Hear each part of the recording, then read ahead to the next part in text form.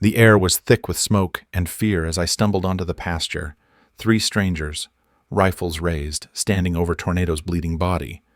My prize bull, shot dead on my own land. How did they get here? And why? But what happened next will shock even those who thought they'd seen everything. But first, let's go back to the beginning. They called it an accident, but it wasn't. The men were hired. I knew it the second I saw how clean the kill was. 1 shot to the lungs, another to the neck. Elk hunters don't fire that precise in broad daylight, on posted land, inside a pasture lined with feed troughs and salt licks. No hunter with a license could mistake a prize Angus bull, black as midnight and branded clear as day, for a wild animal. Not unless he wanted to. They wore cheap camo from the outlet mall. 1 had a GoPro strapped to his chest. Probably thought he'd film his hunt for likes. But when I pressed them, none of them could name the ranch they thought they were on.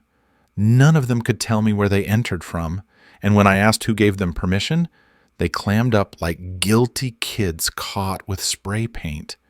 That's when I saw the paperwork. A laminated printout of a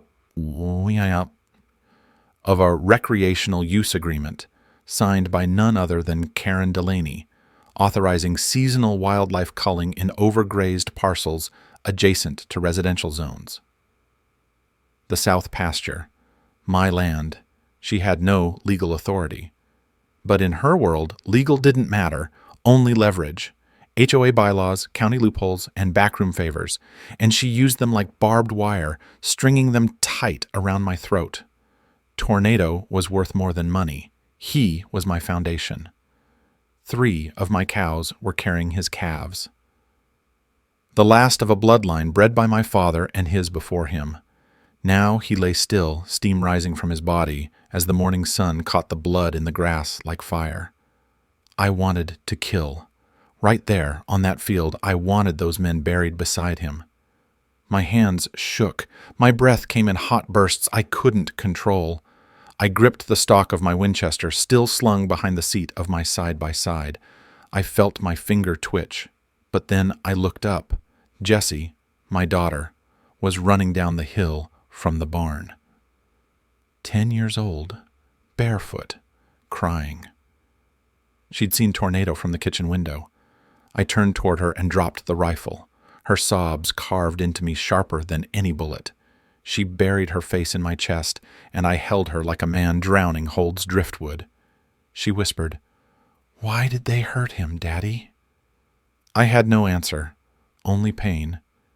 That night, I stood in the barn and ran my hand along Tornado's halter, the same one Jessie used to loop around his nose when she'd led him for brushing. She called him her big puppy. Outside, I heard the clink of tools as Pete helped me build a frame to haul the carcass. The air smelled like diesel and death. I didn't speak, couldn't. I didn't sleep, didn't eat. The next morning I stood in the pasture where the grass still bore the shape of Tornado's body. Flies buzzed, the earth was scarred. I lit a fire in the burn barrel and dropped in the laminated paper Karen had signed.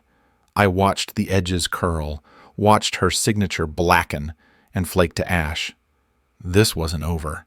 Not by a damn sight, but the rage had cooled into something colder, something deeper. Pain sharpens. Pain remembers. The tide didn't turn all at once. It came slow, like a thaw, quiet, patient, inevitable. The morning after the footage went viral, I woke to 300 notifications and an inbox full of interviews, support, and more than a few threats, mostly from HOA loyalists and suburbanites who still believed Karen walked on water. But buried in all that noise was something I hadn't felt in weeks: leverage. I remember the moment clear as glass. I was out in the equipment shed, hands black with oil from patching the hydraulic lift on the baler, when my phone buzzed with a message from a livestock genetics firm in Kansas. They'd seen the footage, knew Tornado's lineage, wanted to help. They offered to send one of their legal advisors, free of charge. Said they'd flown men across the world to breed with less valuable bulls, called what happened a genetic tragedy. I just called it hope. Cassie kept us moving. She had binders color-coded, and indexed. She logged every email, every phone call, every comment Karen made on her now private Facebook page. Cassie had been the quiet one in the marriage, until tornado. After that, she burned like coal under pressure, slow, hot, and unstoppable. We built our case like we built this ranch, plank by plank, with dirt under our nails. And for every news outlet that tried to paint us as stubborn bumpkins clinging to barbed wire and grudges, 10 more stood by us. Turns out, there's still something sacred in this country about land, about legacy. Karen cracked first. It wasn't public, not yet, but we caught wind through a mutual contact that she'd tried to resign from the HOA board 2 weeks before the court date. Too late. Her name was already on the filing, and every deposition made her look more like a despot with a vendetta than a responsible leader. Then came the hearings. The courthouse was packed. Farmers drove in from 5 counties. Some just stood outside with signs, "Keep your HOA off my hay and my bull, my land, my rules." A few even brought old branding irons and held them aloft like swords. I stood in that courtroom in clean jeans and a pearl snap shirt, Cassie beside me, her hand steady on mine. I told the judge about Tornado, how he wasn't just a bull, but part of our family, how Jesse still asked why he didn't come when she called. I spoke of the night I found him dying, of the strangers with rifles, of Karen's signature burned into a document she never had the right to sign. And for the first time since it all started, I saw something flicker in the judge's eyes, not pity, but belief. 3 weeks later, the verdict came, liability assigned, damages awarded, a permanent injunction against HOA interference with any agricultural operations on private land. Karen was done, personally liable, forced to resign publicly. And us? We got the funds to rebuild. Not just the herd, but the fences, the legal lines, the rights no suburban paper pusher would ever touch again. Tornado was gone, but his legacy wasn't. We named his last calf Justice. And for the first time in months, when I stood out in the pasture at sunrise, I didn't feel grief or rage. I felt the ground under my boots. Solid. Ours.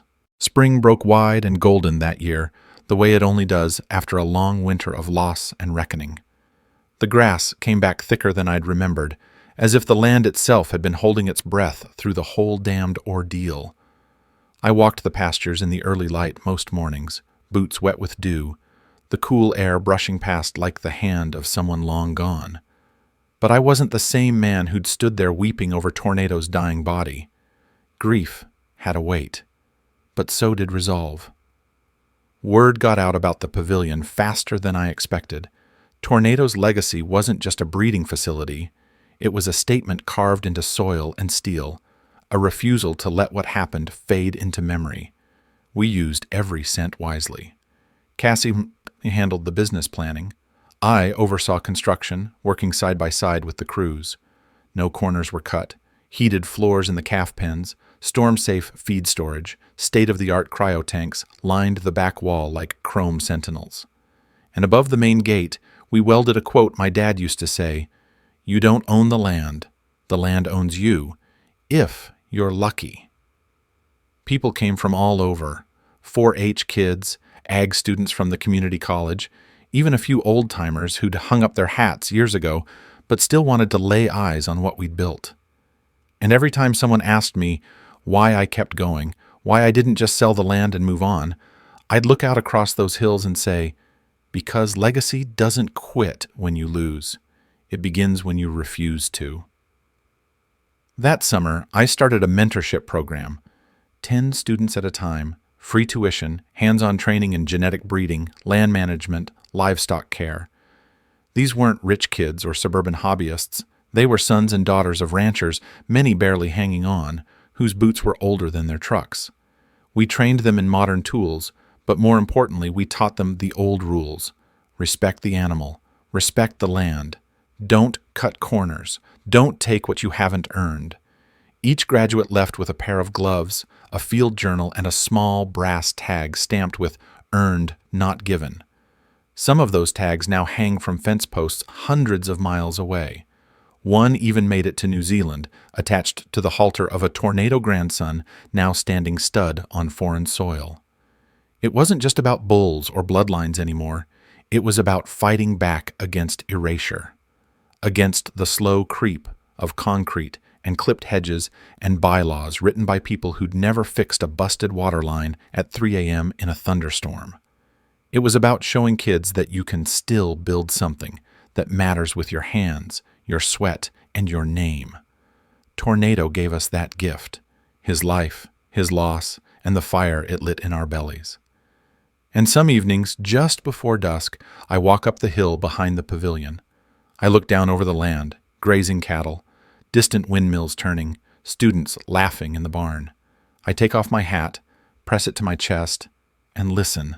And when the wind carries that low, deep bellow, I don't call it memory. I call it presence.